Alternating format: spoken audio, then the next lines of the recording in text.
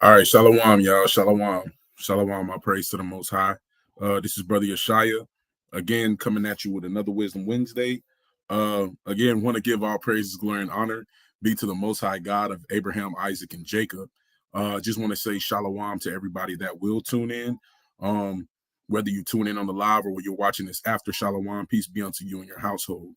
But wanted to, talk a little bit today about a post I seen, right? Title of this Wisdom Wednesday conversation is calm, cool, and collected, right? Learning how to stay in the spirit. So without further ado, I don't want to be before y'all too long. Every time I say that, I know it turns into an extensive conversation, but hey, I just go by the spirit. So again, this came from social media again. I know that people say you spend too much time on social media, brother. Well, as I scroll sometimes throughout the day, I see things and it piques my interest, right? So yesterday we talked a little bit about the victim mentality, and that stemmed from seeing a post on Instagram, pretty much about how we're not victims of what happened to the people who actually went through slavery physically, right? But again, going through the scriptures last night with the brother Azariah, we kind of proved that to be a little false, just showing how things can affect you for generations, right? And believe it or not, this is one of those things that we're going to talk about tonight, is one of those things that can affect you generationally, right? Because you're not only a victim of a crime if you only have a physical connection, right? There is emotional repercussion, which is called residual impact, that is passed down from generation to generation. And since we're dealing with emotion a lot this week, we're going to talk about anger today. So this is why this is titled Calm, Cool, and Collected, right? So I want to start off by first getting an understanding of what, anger actually is. Again, all praises, glory, and honor be to the Most High God of Abraham, Isaac, and Jacob, right? But let's read the post before we just sit up here and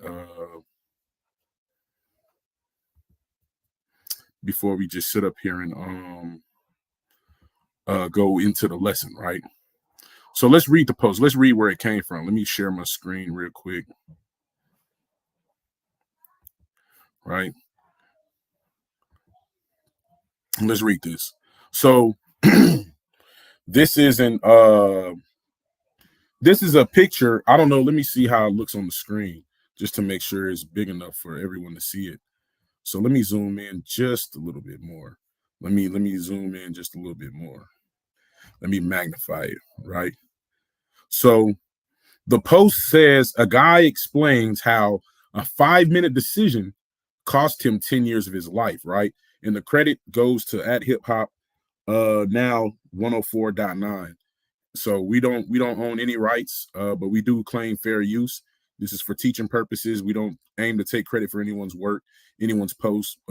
Certainly, not here to copyright infringe. So I'm trying to get it to where y'all can see the thing and it's full. Let me just leave it alone.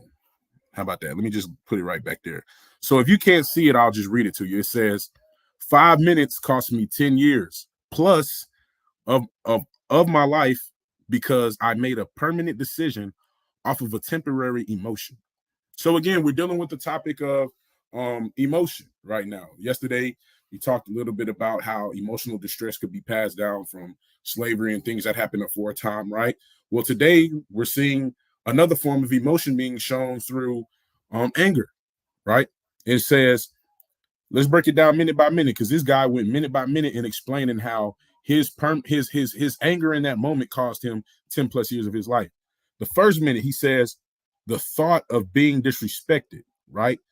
Like, when you feel disrespected, you like, who you talking to? You like, what? You won't go. We ain't operating with the fruits of the spirit, man, the spirit of the Most High. You don't have that kind of voice in the back of your head that say, don't do it. It's kind of only that spirit that says, oh, he disrespected you, bro. You got to handle that, right? So thought of being disrespected, minute 1. The next 3 minutes, he explains, now they fighting in the club. So now they fighting, right? Now you're scuffling with your brother, you know what I'm saying? Or whomever it could have been. Now you're in a scuffle. And now that because you got angry 1 minute because you felt like you disrespected, now the next 3 minutes, you know what I'm saying, hey, you throwing blows with another grown man, right? This is all products of just not knowing how to control emotion, right? And then he says the last minute, which is the 5th minute, he says shooting, right? Shooting. So that probably explains maybe him shooting, or it could have been someone else, but I'm going to lead to say it could have been him, right? So maybe he pulled out a gun and got heated and said, F this. And boom, now you taking shots. So the fight wasn't enough. Now you got to escalate it to somebody got to die, you know? And that's what happens. So then he goes on to explain 20-year prison bid, right? And then he got parole, I want to say on May the 24th, right? But he says he missed his son's birthday and 10 birthdays, missed his daughter's birthdays from the ages of 6 to the age of 15 years old, right? He said he had $15,000 worth of legal costs, et cetera, et cetera. And then he just, throws the shrugs.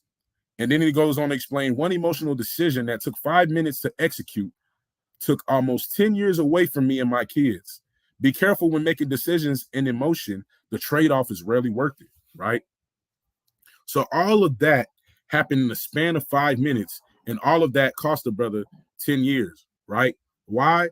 Because, again, we're a nation of people that, we're not truly taught how to truly control our emotions in the way that we need to know how to control it, right? We don't need to know how to control it into the world, because the world may say, hey, fool me 1 time, shame on you. Fool me twice, can't put the blame on you. Fool me 3 times, F the peace sign, load the chopper, let it rain on you, right? But the Most High God says a different thing, and we're going to get into the scriptures on that, right? We're going to get into the scriptures. So the first scripture I want to pull, right, is let's go to the book of Ephesians. I'm going to start in Ephesians 4. Ephesians chapter 4 and verse number 26, right? Ephesians chapter 4. Let me share this tab. Print, share screen. Ephesians chapter 4. All right. So Ephesians chapter 4, starting at verse 26, right? And it says, be ye angry and sin not, right? So if you must get angry, don't sin. Being angry isn't a sin.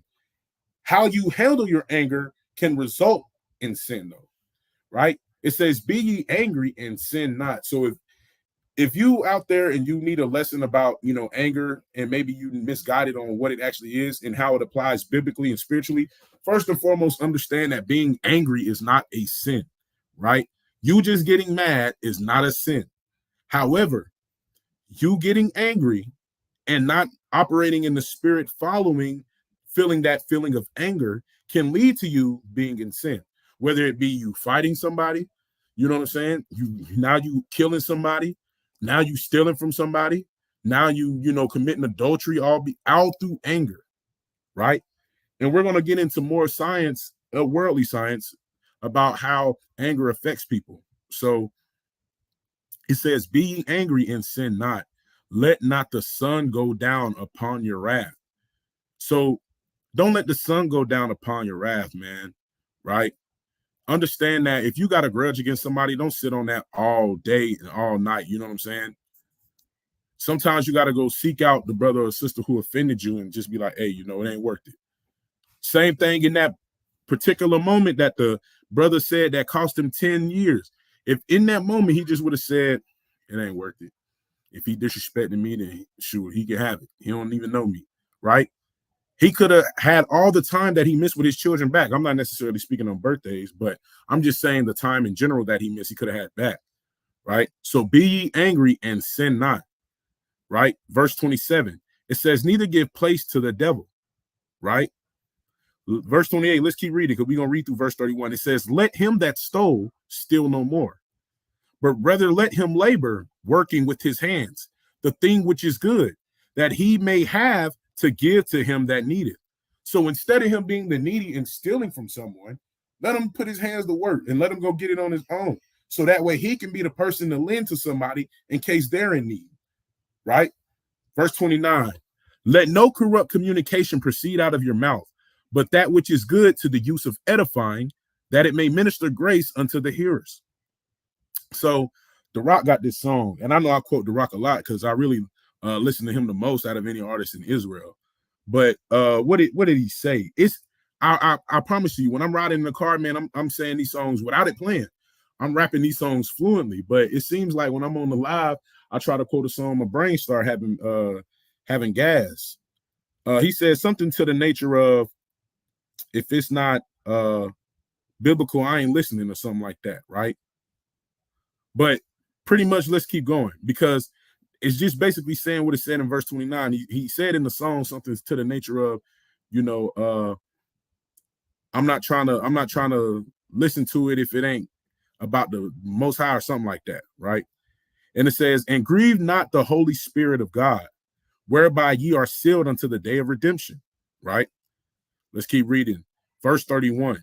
Let all bitterness and wrath and anger and clamor and evil speaking be put away from you with all malice, right? This is how you don't grieve the Holy Spirit of the Most High, by putting these things away from you. And anger and wrath, let all bitterness, all of these things is what that brother experienced in that particular moment that led to him, for the 1 minute, thinking about he was being disrespected, throwing hands the next 3 minutes, and then it ends in a shooting. 5 minutes. All it took was 5 minutes for him to lose out 10 plus years. And sometimes that's all it takes. Sometimes it don't even take 5 minutes, right? Let's read verse 32. It says, and be ye kind one to another, tenderhearted, forgiving one another, even as God for Christ's sake hath forgiven you, right? Hey, the Most High is merciful, man. And we have to remember that. So if the Most High can withhold his anger, so can we. If the Most High can be kind to us, we can be kind to others, right? What you mean? Oh, the Most High talks about, oh, he's very wrathful. Yeah, we understand that. But we also see accounts where the Most High withdrew his anger. For instance, let's go to the book of Psalms, chapter 103, real quick. I'm going to type this in. Psalms 103:8. Let's go to it. What does it say right here? It said, the Lord is merciful and gracious. Watch this. Slow. Oh, wait, hold on. Let me do the S in there, right? Wait, hold on. Tripping. Slow to anger, right? And plenteous in mercy. So the Most High is very slow to anger. We do stuff, and I promise to you, it's as if we should be on impact, slaughtered, put to death, right? But the Most High has mercy upon us. He gave us an opportunity to be redeemed through the sacrifice in which he sent the Son to give, right? So we have to apply the things that we read in the scriptures in order to understand and teach us to be better people and how to deal with certain emotions in certain situations, right? I know a lot of brothers and sisters, according to the world, don't just turn to the Bible when they feel in that type of way, because I'm not going to say most people, a lot of so-called, just speaking on solely so-called Black Americans, right? I can't necessarily speak for my Hispanic brothers and sisters at this moment because, I didn't grow up in a Hispanic household, but I grew up around a lot of Jake. And I will tell you one thing about, the so-called Black man. A lot of cats know about the Bible because we've all been at church at some point, been around somebody who go to church a lot, have a friend who may be that church guy. A lot of people have the idea that they believe in the Most High, but we know that, you're really not believing in him unless you follow him. But that's besides the point. The point that I'm making is that when they get angry, they're not thinking about the scriptures. They're not meditating on the scriptures. They thinking about what just happened to them because they don't really know how to apply it. Why? Because they haven't really been taught the truth about how to deal with these emotions in that particular moment, right? A lot of times in church, especially when I was in church, I was taught about, the grace and peace and mercy of Jesus Christ, right? But I necessarily wasn't taught that if I had to get angry, how should I go and handle it? And we know we have accounts in Matthew, we have accounts in the law that speaks on that. But again, when these guys get upset, these sisters get upset, they're not thinking about the scriptures. And that's why we get the results that we get. And that's where it has to shift. We have to begin to shift our minds to think about the consequences and repercussion of our actions. So let me pull this tab up, man. Let's go to a little economics real quick. What? Let's go to a little economics real quick, right? Because I want to pull this up. I learned this in econ when I was at college. I ain't gonna say my school name because I don't want them, getting in trouble for anything that I may say on here because I know they wouldn't attach their name to it. But let me pull this up. Let me just share this tab. So, what is an opportunity cost of a decision? Right? Learned this in econ. No, I learned this first in high school, and then it followed me when I got to my college that I went to. Right? It says opportunity cost is money or benefits lost by not selecting a particular option during the decision-making process. So the guy said it cost him $15,000 in legal fees for what happened to him, right? Talking about jail, had to get a lawyer, probably, had to pay all these fees. So it cost him 15 racks in legal fees. He chose the wrong decision in the particular moment. In the decision-making process of when he felt that anger come over his spirit, he didn't think about, damn, how this is going to affect me and my kids financially. He didn't think about how will this affect me and my children as far as time goes, right? He didn't think about these things, and this is why he was out $15,000 and he was out 10 plus years of his life that he can't get in return. And I'm not sharing this to further bash the brother because obviously he knows and he learned from his mistakes. But this is for those who may not know and those who still have an opportunity to learn. That way, when you're faced with this decision, you don't have to say, well, damn, I didn't know. You can actually have the tools ready at hand for you to be able to say, you know what, so-and-so disrespected me, but I'm not going to do it because I can lose time with my daughter. I could lose my life. I could lose X amount of money. And it's counterproductive to the process of, wanting to get money. We live in a get money society, but why would you want to preach get money, but then make a decision that's going to cost you more money? And then when you get out, all the time that you missed, you can't get back. So that's money that you could have earned that you don't have. And the same opportunities you had before you went in may not be the same opportunities ready available to you when you get out. So we have to learn how to truly deal with and control our emotions, which is why, again, this lesson is called calm, cool, and collected, man. Because as individuals, we live in an angry world. And if you think I'm lying, we're going to pull up some more. We're going to pull up some more facts because I looked into this a little bit. You know what I'm saying? Like I looked into this a little bit. I ain't going to say I went Albert Einstein, you know what I'm saying? But I looked into this a little bit. And I will say that we live in an angry world. So let me pull this up real quick. Let me pull this tab up. Right? Let me pull this tab up. So this is psychologytoday.com, and I have another source of reference. I know a lot of professors and teachers, scholars, educators, especially in the university or college setting, do not like really .com websites. They really prefer more of .org or .edu or whatever, thing the school uses that isn't .com or, .net, you know what I'm saying? But anyways, this psychologytoday.com. And we're talking about anger, right? It says understanding and processing anger. And it says looking beneath the blanket of anger can lead to deeper understanding. So if we go deeper in what anger is, we can further understand it as an emotion and actually what it is, how to dissect it, how to handle it, all of that. Key points. Watch this. An estimated 90% of aggressive incidents are preceded by anger. 90% of aggressive incidents are preceded by anger. That's a lot, right? That's a lot of incidents. 90%. That's a lot. That's crazy. It says anger is largely perceived as a secondary emotion.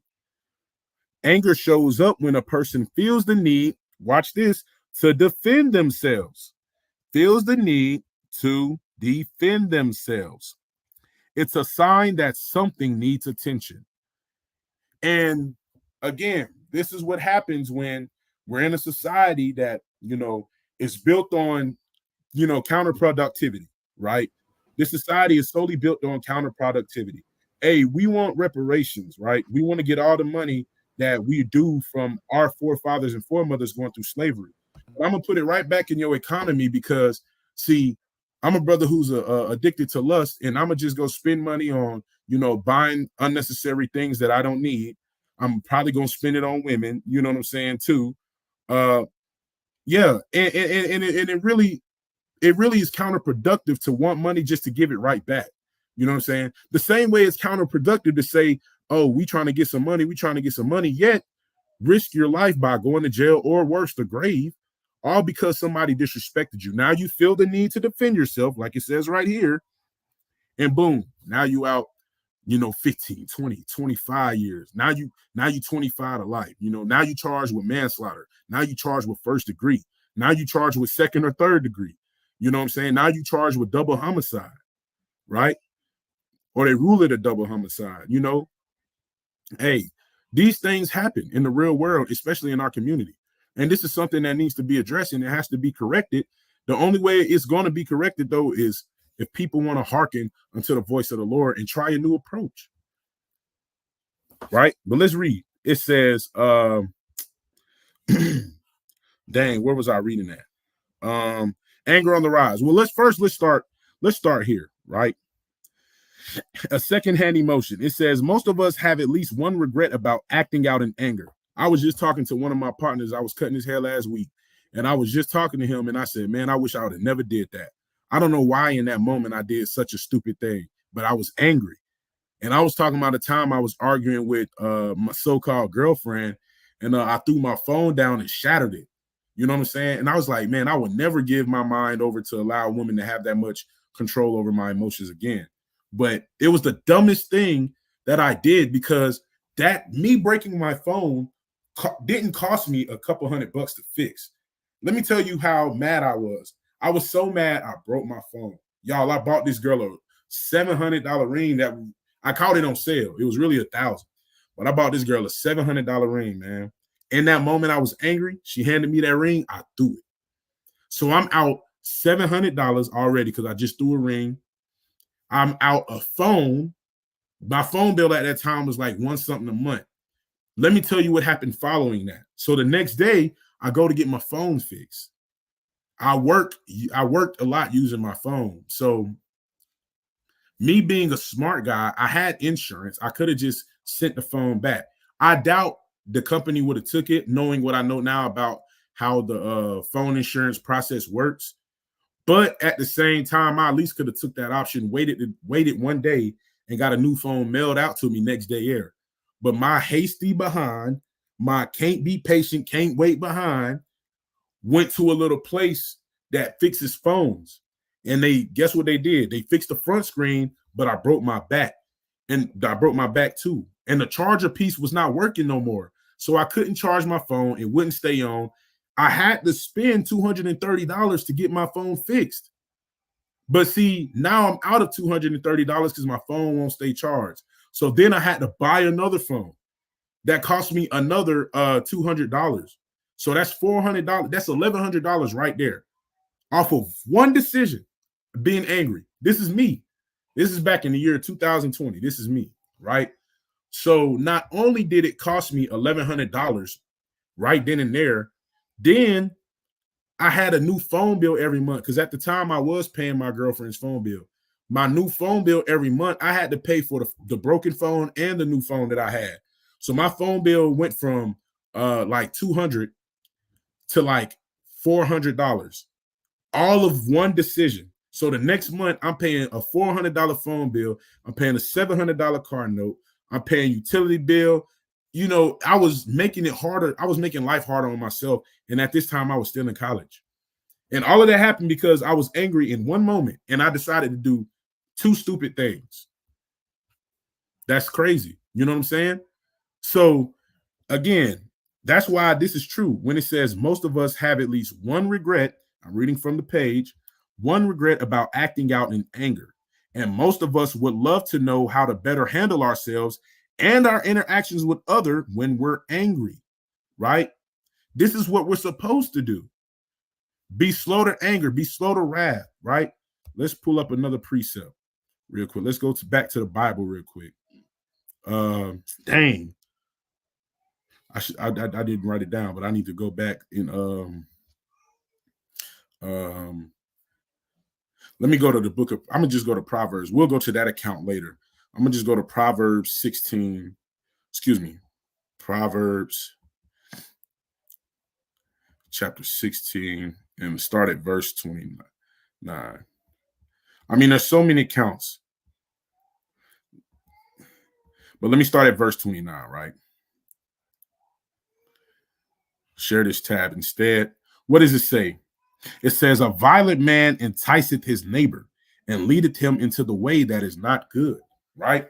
So when the brother went through his situation, feeling disrespected in the club, this is what happened to him, right?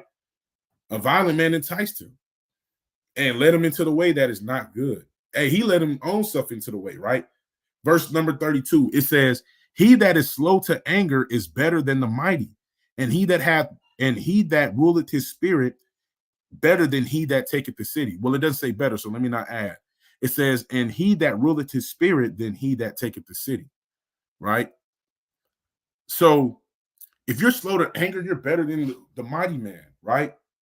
If you know how to control your spirit, hey, you're better than somebody who can go right now, go siege something.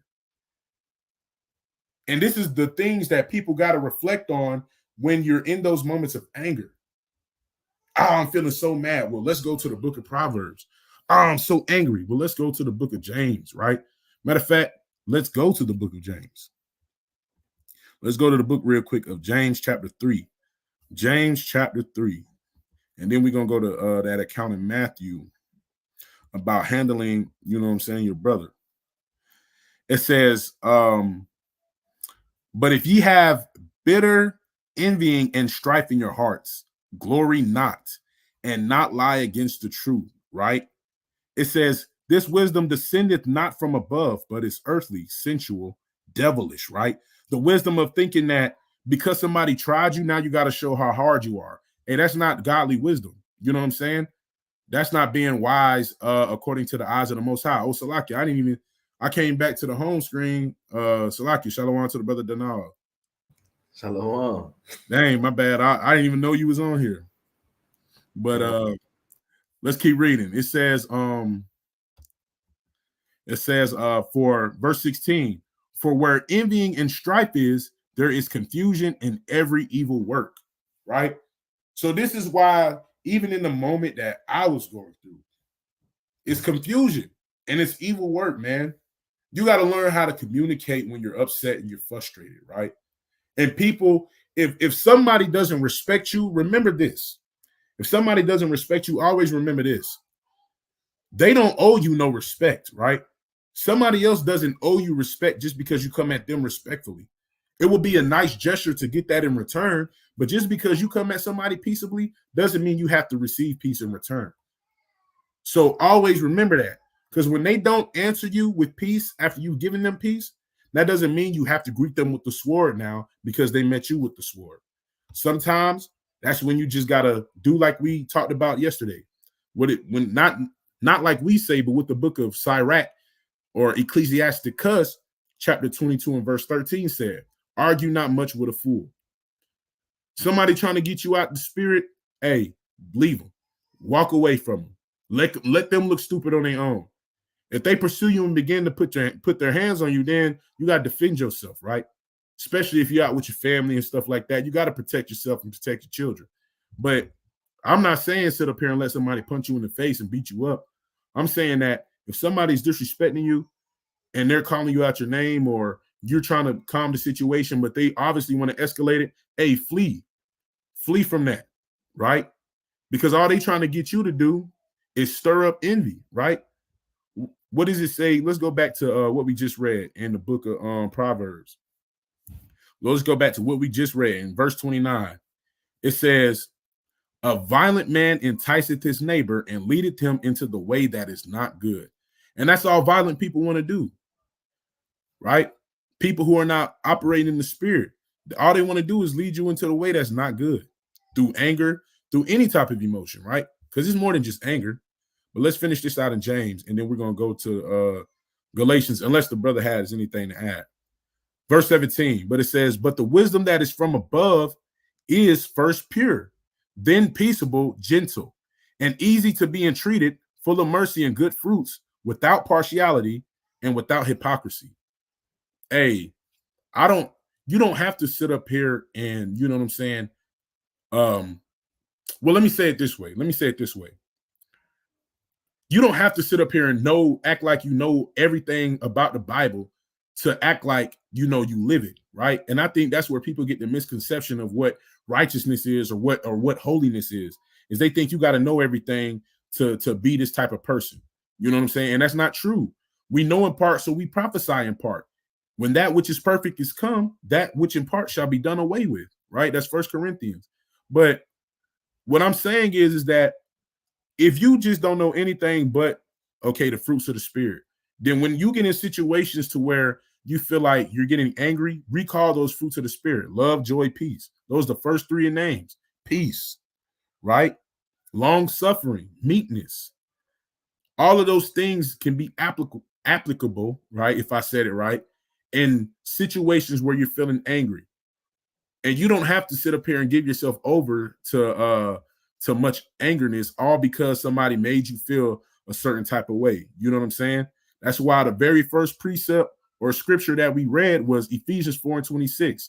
Be ye angry and sin not. Let not the sun go down upon your wrath, right? Did you have anything to add, Brother Donald? I was looking at the other screen. Con, I'm trying to I seen a video earlier today, man, that was going along perfect with what you're saying.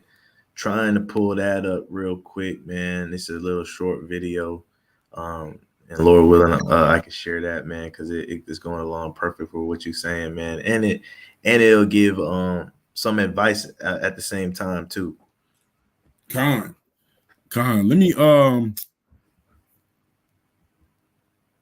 let me pull up this and let me find that precept real quick. I didn't write it down because I just knew I knew it, but this is what happens when, you know what I'm saying, again. Proper preparation prevents piss poor performance, man. What is that precept? I think it's in Matthew 17. Let me see. What in the world? Nah, that's the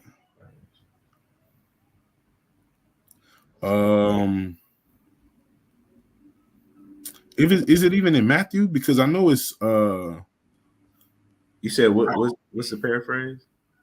I can't even think. I'm having a moment. I know that it's in the Bible, but I just can't even remember if it's in Matthew where it talks about bringing your brother to the elders if he offends you. You know what I'm saying? Oh yeah. I can't even remember where that is.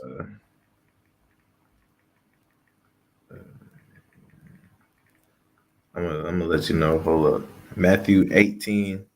Matthew 18, and you could probably start at verse 15. Dang, see, I didn't even go to 18. I went to 17. I think that's what you're looking for anyways. Yeah. Matthew 18. Con, yeah, that's exactly what I'm looking for. Matthew 18. I gotta keep that in mind, because Lord, let me pull that up real quick while you unless you found it already, I'll wait. I mean, I did find it. I want to see if it's gonna play with sound. Let me see.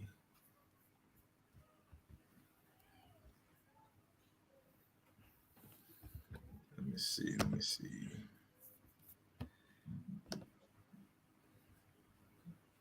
Boom, boom, boom, boom, boom. Try to share my screen. It's the brother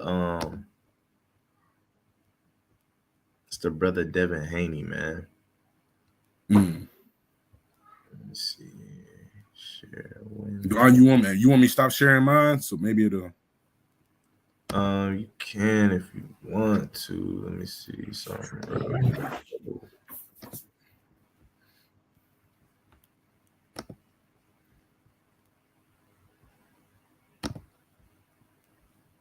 Let me see some.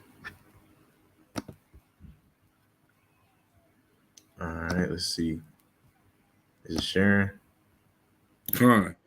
Strong.tiger.mindset. Let me see if I can open up this screen real quick. Remember, fair use, man.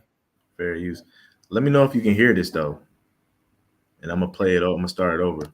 Can just trigger me that easy. I like. Yeah, we can hear it. All right, cool. I'm gonna play it over.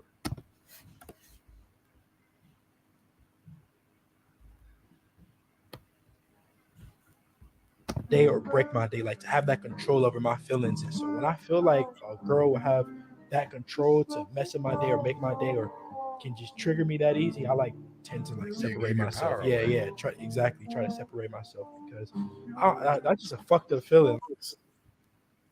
Pause that. The original video, I guess it didn't get that far, man. But just for the brother, and excuse that language, that foul language, man. I wasn't expecting that, but nonetheless, you know what he was saying was, man, you know, if he's dating a woman or if he's courting a woman, and he sees that they have a power to either make his day, break his day, make him mad at the drop of a dime. You know, the brother Devin Haney, he got a lot of stuff going on with his life, man, as far as his image goes, and staying on task with his fights and being in tip top shape, and that requires him to be in mental shape too. So he was just saying that if that happens, man, he typically finds that woman, right, more or less to be a distraction, and he separates himself, right, if she's taking that much power away from his own being, right. And I bring that up to say about what the brother was saying when he broke his phone, right, because you know, sometimes the advice is for a lot of us is, you know, if we can't exemplify the fruits of the spirit, is to go ahead and separate. You know what I'm saying? Don't even fellowship with whatever that thing, person is, right? And sometimes you got to separate yourself, no matter how bad, you know, you like that person, place, or thing. You know what I'm saying? Because like the brother Devin Haney, and I think a lot of guys, we feel the same way. In a sense where you find that woman that causes you that anger, that causes, you know, them to say or do something that'll make or break your day or break your phone. You know what I'm saying? You find them women and you don't want to let them go for whatever reason, man, because they do have that type of power over you, right? You don't want to let them go, but sometimes you got to dig a little deeper. And in this case, it was a woman, but in all aspects of life, sometimes in order to stay calm, cool, and collected, like the title says, sometimes we gotta separate ourselves. But that's why I brought that out for sure. Because man, it's definitely a feeling that, you know, when I experienced it, and now that I look back on it, I was such a fool in that moment, right? I can understand you breaking her phone, but I broke my phone. I can't break my phone. Man, broke my phone. But you know, it wasn't a situation where oh, I found out she was cheating or something like that, man. I was just mad. I was just mad because I felt like what she was mad about was very minute. It was very childish. And in that moment, I'm like, dude, we really arguing about this? And it just made me mad to the point where I was like, man, look, screw it. And I just went haywire. I didn't hit her or nothing like that. That's not what I mean by haywire. I'm saying, like, You broke your phone. Nah, look, I told her, I said, man, give me my ring back. Took the ring, threw it. And this is how much like when I look back at that situation, I laugh. I was so stupid because can I tell y'all how many times I went looking for that ring after that night, bro? I went looking for that ring like 40, 50 times. Like, no cap. I looked for that ring so much. It was some high grass by railroad tracks that I threw it into. When I came back the next day to find it, they had cut the grass down. Well, no, the first time I went back, the grass was still high. The next time I went back, they had cut the grass down. So I'm like, dang, somebody done probably got it or seen it. Till this day, every time I ride by that spot, when I'm picking my wife up from work, I be thinking like, dang, should I go look for this ring, bro? You know what I'm saying? It's just to see if it's still over there. Like, it was definitely a foolish moment, man. It was definitely foolish, which is why, like the brother said, you got to separate yourself if you feel like somebody is giving you that much power, right? you gotta flee. So let's read Matthew 18, right? Probably gotta put it back on the screen. Oh yeah, dang, Salakia. Let me put it back on the screen.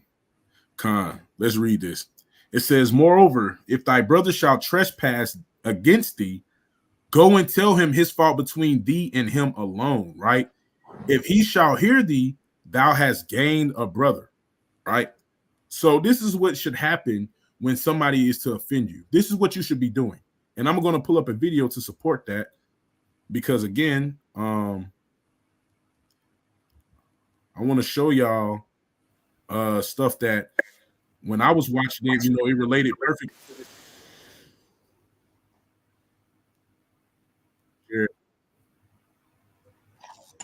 Hey, fair use too.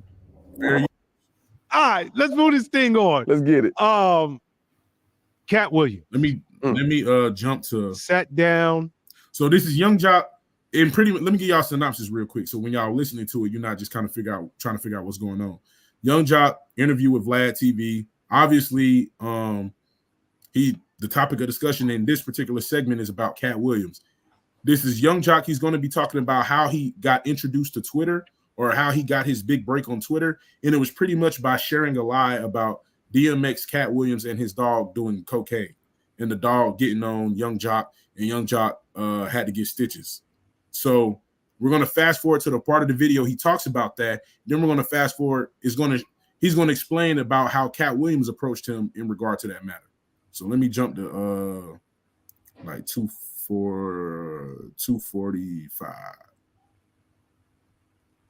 Was new to Twitter. I'll never forget DMX had just come home. Rest in peace to DMX. And I saw the special with Cat Williams, Lunel, Red. They had the German Shepherd. Remember Cat had the dog in the car with him? They did that tour. Yep. And I think Lunel just recently spoke about this on Vlad. And I remember watching that, and that shit was so funny. And I was just getting on Twitter. I didn't want Salakia for the language too. I didn't know it had cursing in it when I read it. Well, when I watched it the first time, I didn't even pay attention to the curse words. So Salakia.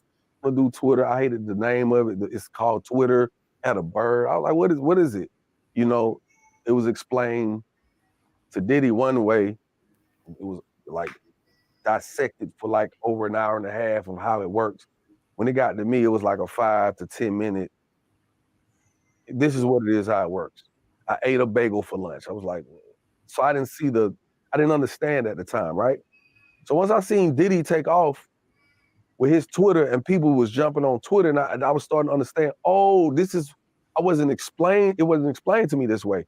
So I remember one day I was in St. Louis. I never forget it. I'm in my suite. I'm actually in the penthouse. It's after my concert. And I just started making jokes. I said, man, y'all ain't gonna believe what just happened.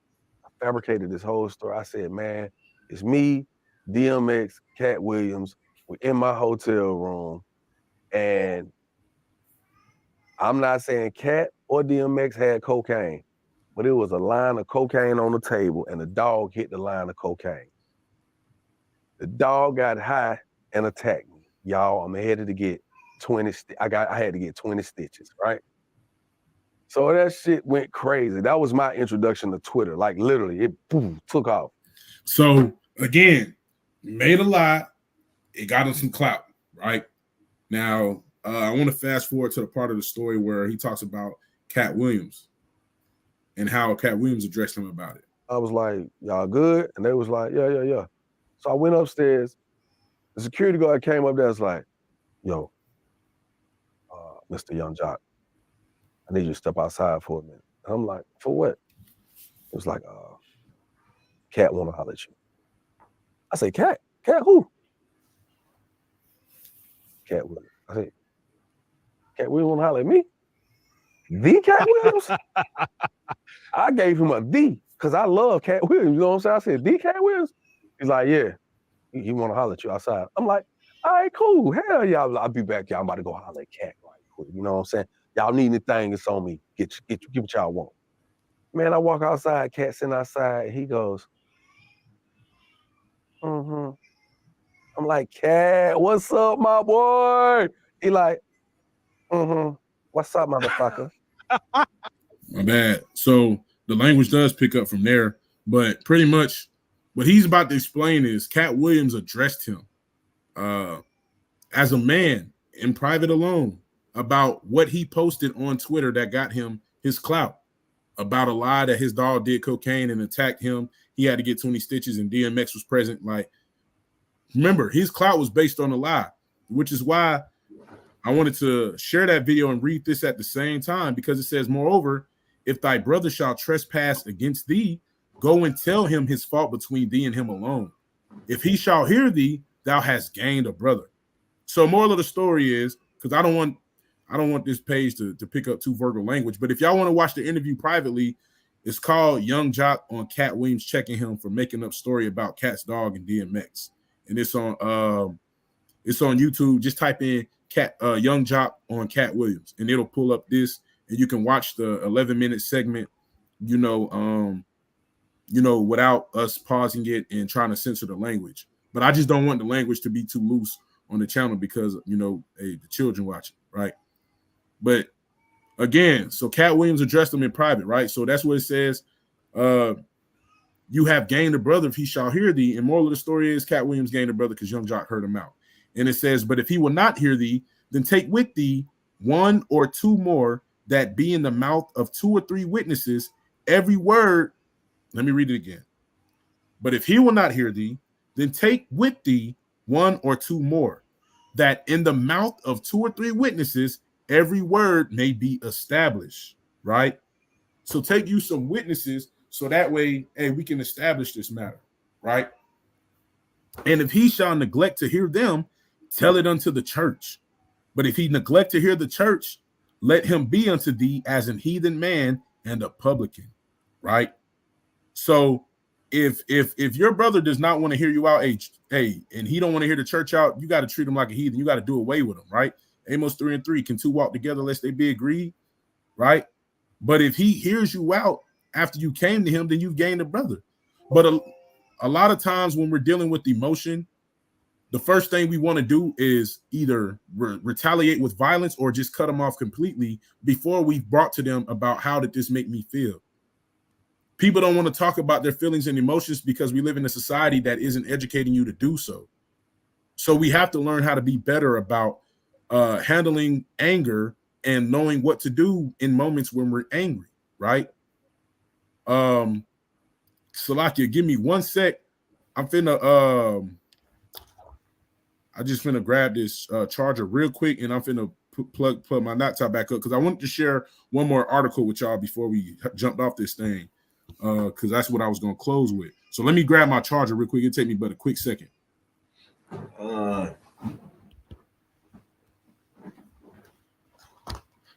Come on, man. Cool, calm, and collected, or calm, cool, and collected, man. It's one thing that we all have to do, man. I think a lot of brothers are harping on this recently, and it should apply to a lot of us who call ourselves teachers as well, man. Because one thing we have to be able to do is be able to stay cool, calm, and collected at all times. Not only that, man, I think it has a lot to do with just manhood in general. Why do I say that? Because when situations arise, when troubles arise, it's important for a man to stay cool, calm, and collected in front of his family. You know what I'm saying? And to not act off of emotion as a mother or women would do in general. This allows the family to stay cool, calm, and collected as well, because a lot of times they look to the man in these situations, right? In those situations where you might have got into a car accident, right? You get out the car, instead of being frantic and worried and crying and all that stuff, you got a cool, calm, and collected spirit about you, and it makes the whole those type of situations make the situation that's at hand that much smoother, because a lot of people are looking to you to see how you're gonna react. It's almost like having a kid or a baby, right? We all got little toddlers now, right?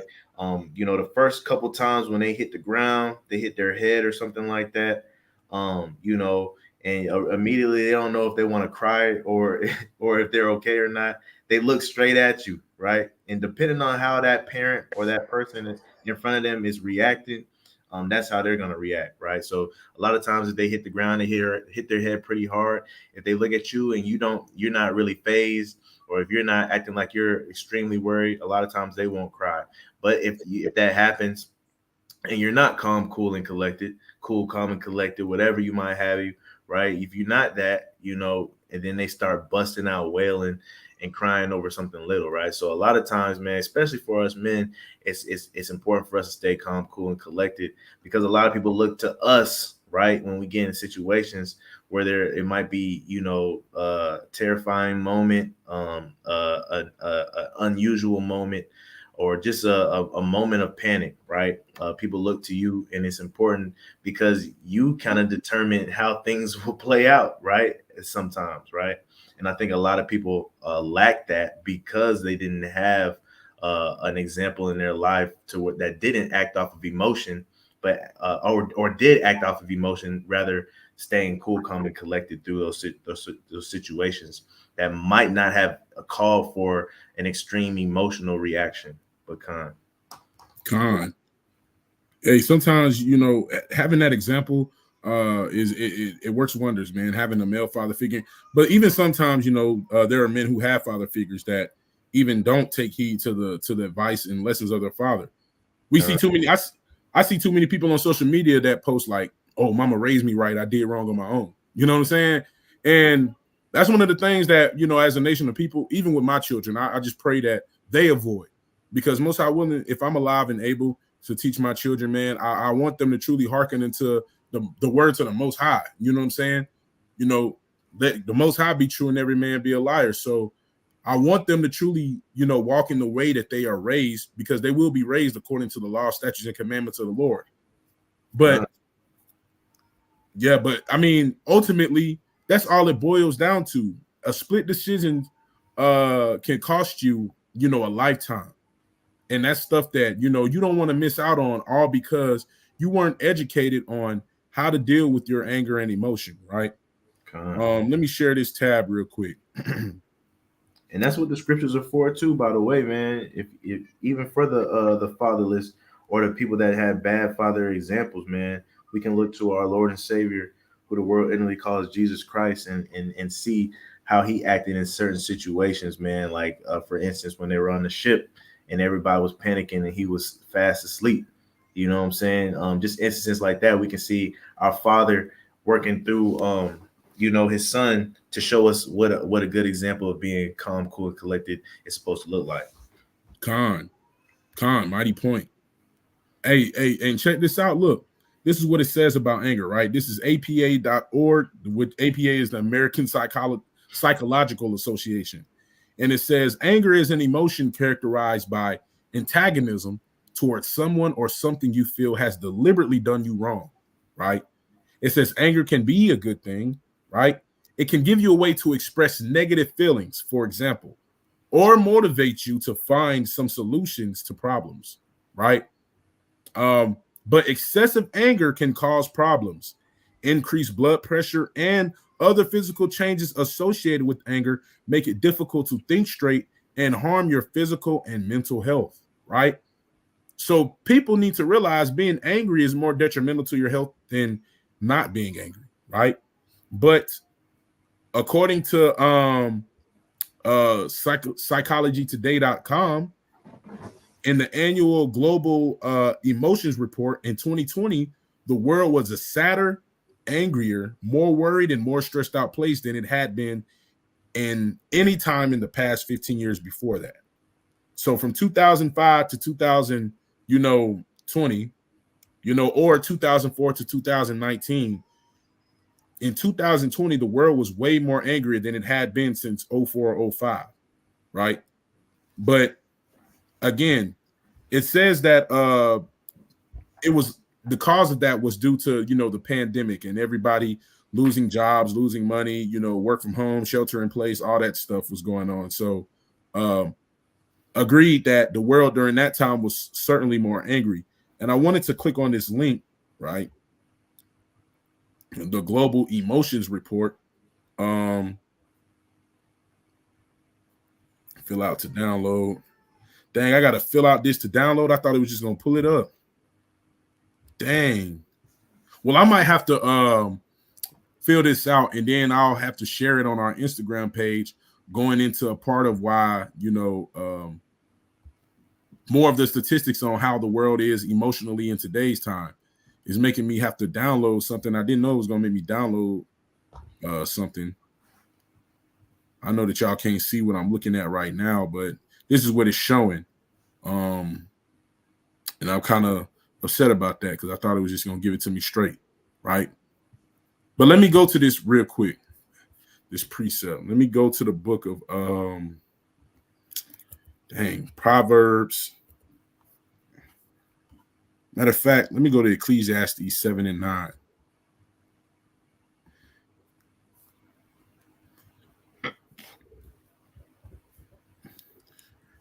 Ecclesiastes, I'm typing in Ecclesiasticus.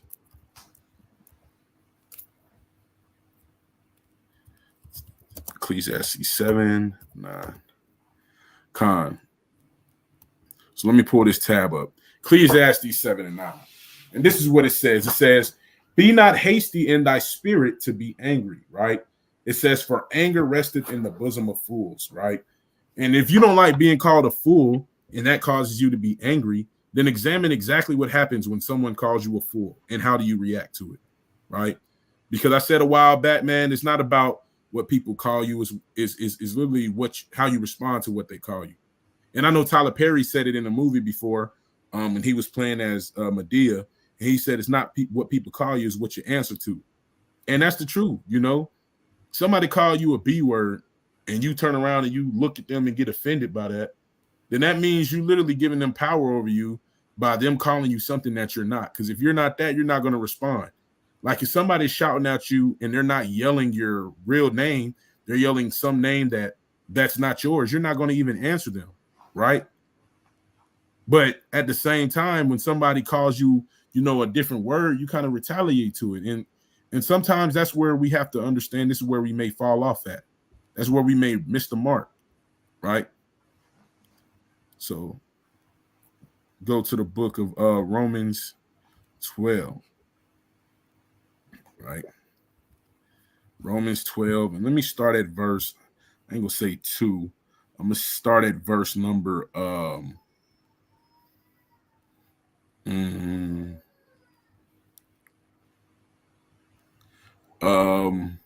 let me start at 19. So Romans 12. Matter of fact, let me start at verse 16. Let me start at verse 16, right? It says, be of the same mind one toward another, right? Mind not high things, but condescend to men of low estate, right? Be not wise in your own conceits. Verse 17, recompense to no man evil for evil. Provide things honest in the sight of all men, right? Verse 18, it says, if it be possible, as much as lieth in you, live peaceably with all men, right? And verse 19 says, dearly beloved, avenge not yourselves, but rather give place unto wrath, for it is written, vengeance is mine, I will repay, saith the Lord, right? I think that's Deuteronomy 7 and 10, right? And it says it again in Sirach 18 and 35. And I want to say it says it again in the book of 2 Peter. But either way it go, understand that we don't need to recompense evil for evil. Because at the end of the day, the opportunity cost of, what would happen if we took the high road instead of dropping down to their low estate, it'll be a great price. It's a pretty penny, Jail is not just losing out on time. That's a financial burden too. And there's a lot of risk that can happen with going, to prison for 5 minutes of emotional distress, right? Think about it. All it takes is one wrong decision or being in the wrong place at the wrong time for everything to change. And you don't want to make your children victims of a crime that they didn't commit, but that you committed because you got angry. Now they're without their father. Now they're dealing with the struggles of not having a male figure in the household. Now, when they get older, they're acting the same manner because you weren't there to teach them that, hey, when you're angry and you're feeling this way, don't do this. All praise to the Most High, though, that the brother who shared his story, his knowledge and his wisdom that he received from that, right? All praises that he has another opportunity to be in his children's life and maybe teach them the right way this time. But at the end of the day, we have to always be real and check ourselves. We have to check our spirit. It starts with us first. You got to start with you first.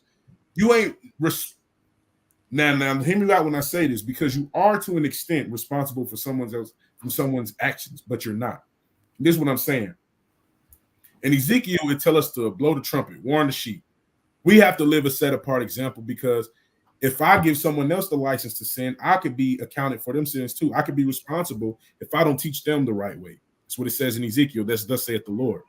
But what I'm saying is that it doesn't matter what you do. If somebody else does something else, that's on them. So if you do the right thing and they do the wrong thing, then you've done your part. But if they do the wrong thing and you retaliate with doing the wrong thing, now you're falling victim to what they're doing. And you know better and they don't. It's going to be worse judgment on you, right? That's why our sins will serve as our accusers, because if you know better, you must do better. There's no other way to go around that, right? Especially when you're dealing with anger, which is an emotion, which again, is something that can be passed down from generation. Anger is one of those things, you know. Don't make your children victims of crimes that you commit because you couldn't rule your spirit, right? Let's go back to Proverbs 16 one more time, and then I'll close. Proverbs 16. And what is 32? 16, 32. Oh, Salakia. Going down to 22. Proverbs, I'll just go to 31. Proverbs 16 and 32, and it says, he that is slow to anger is better than the mighty, and he that ruleth his spirit than he that taketh the city, right? So if you're slow to anger, you're better than the mighty. Think about Drake, Future, LeBron James, all these famous people in the world. If you can learn how to rule your spirit, you're better than them, right? You're better than the someone who can go in and take a city, right? All you have to do is rule your spirit. Stay calm, cool, and collected, because throughout the process, you can not be the escalator. You can be somebody who was a victim of somebody coming to try you, and you wanted to prove yourself. So now you doing 25 to life, and the person who antagonized you to begin with is free. It's the way the law works, the way the government works, right? So just stay calm, cool, and collected. Stay in the spirit anytime you face with these challenges, because at the end of the day, man, the Most High will repay those who perform ungodly acts towards us, right? Vengeance is his, said the Lord, it's not our own. And I don't mean, again, go let people jump you and just don't do nothing about it. You know what I'm saying? I'm not saying retaliate after they finish jumping you with violence, go spin the block on them, but I'm saying if you need to defend yourself because somebody is physically harming you or your child or your family, you got to protect yourself. But at the same time, if somebody's just spewing out words to you, then walk away from that. De-escalate the situation as much as possible. Live peaceably with all men as much as possible. In the eyes of the world, it may seem like you're scary, but in the eyes of the Father, you may be moving with wisdom, right? But with that, I don't have anything else to add on to that. You know, Most High willing, I'll download this report and share it with y'all on the Instagram at the Hopeful Election. So y'all stay tuned for that. But Brother Denal, if you wanted to add on something or, you know, anything, you could go take the floor. No, not really, man. That was a mighty lesson, man. And just know, man, if you rule your spirit, you're better than the mighty, man. Just because you can prevent, you know, bad things from happening in the future, right? A mighty ruler might have an anger problem or might be emotional, and at his dispense, you know, with dealing with his situations, you know, he can cause many people their lives, not just his own, right? But you know. So if you can control your own spirit, man, not only will you'll stay safe, but your loved ones around you will stay safe, right? You'll be able to make it back home, right? And just almost like the brother Devin Haney was saying earlier in his video, man, sometimes you just gotta walk away from certain situations, man, and that's the best thing to do, right? At the time, you know, it might get underneath your skin that you're walking away from the situation for whatever reason. You know, that might be from the world calling you names or saying you scary, like the brother was saying. But at the end of the day, you're gonna feel much, much better once you finally separate yourself from the situation and you get by yourself, get with your family, X, Y, and Z. You know what I'm saying? So rule your spirit, man. Think about the future. Don't think about the right now. And you'll be a whole better person for it. But Con, man. Hey, count the cost. Think about the opportunity cost, man. Think about how it affects you financially. Think about how it affects your family financially. Think about how it affects you as far as time's sake. Think about how it affects your family as far as time goes. Think about all the consequences of this action before you result to saying, they tried me, I got to show how tough I am. Or they disrespected me, I got to retaliate. I can't just let them talk crazy. You know what I'm saying? Like, but Con, with that, man, I'm gonna sign off. The brother Azrael did say he was going to be on here tomorrow for Think About It Thursday with a question to ask. So we'll stay tuned for that. But again, all praises, glory, and honor be to the Most High God of Abraham, Isaac, and Jacob. Most High willing y'all were edified. And until next time, we say shalom. Shalom.